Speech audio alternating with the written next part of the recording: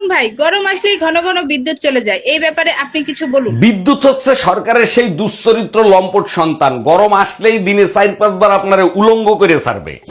এটা অবশ্যই আপনি ঠিক বলছেন, দিনের বেলা যেমন তেমন, রাতের বেলা বিদ্যুৎ গেলে ভোগান্তি আরো বেশি হয়, এ ব্যাপারে আপনি কি বলবেন? রাতের বেলা বিদ্যুৎ যায় না তো, মাঝে মাঝে আসে। হারামজাদা মাঝে মধ্যে লাইট জ্বালায় দেখে কোন ঘরে কে কি করতেছে।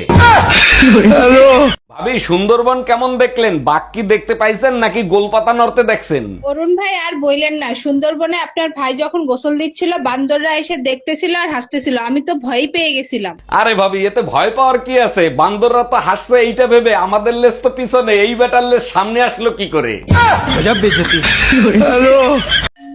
আসসালামু আলাইকুম আম্মাজান, আপনি যে আমার বিয়েতে গাড়ি দিছিলেন, গাড়ি কি কিস্তিতে এনে দিছিলেন? ওয়ালাইকুম আসসালাম জামাই, গাড়ি কিস্তিতেই কিনে দিছিলাম। কেন, কোনো সমস্যা হয়েছে? সমস্যা হয়েছে মানে? আপনি তো কিস্তি দেন নাই, গাড়ি তো কোম্পানি ওয়ালারা নিয়ে গেছে, আপনি কিস্তি দেন নাই কেন?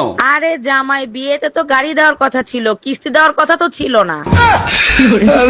একটা আনরোমান্টিক গাধার সাথে বিয়ে হয়েছে, জীবনে কোনোদিন বইয়ের প্রশংসা করতে শুনলাম না। তোমার রূপের প্রশংসা কিভাবে করব? তোমার সৌন্দর্য তো আয়নাও ঠিক মতো দেখাতে পারে না। আমার গাধা এত রোমান্টিক ভাবতেও পারিনি। সত্যি তোমাকে পেয়ে আমি ধন্য। শোনো, হাতি যদি কখনো আয়না দেখতে যায়, তার শরীর কি পুরোটা সে দেখতে পায়?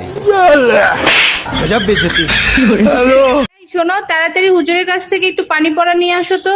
এই কি হয়েছে তোমার? হুজুরের কাছ থেকে পানি পড়া আনতে হবে কেন? কালকে বান্ধবীর গায়ে হলুদে গেছিলাম, সব মেয়েরা খুব প্রশংসা করছে, মনে হয় ওদের নজর লাগছে। এটা সত্য কথা, মেয়েরাই মেয়েদের নজর লাগায়। আমাদের দেখো, মেয়ে দেখলেই আমরা বলি মাশাআল্লাহ। হক মাওলা, অরুণ বাবাকে কিছু দান করেন। বাবা মাফ করেন, পরে আসেন, আমি এখন কাজ করতেছি। মারে, কাজের ফাঁকে দান করলে জীবনে অনেক উন্নতি হবে। কথা বললে আপনার কানে যায় না?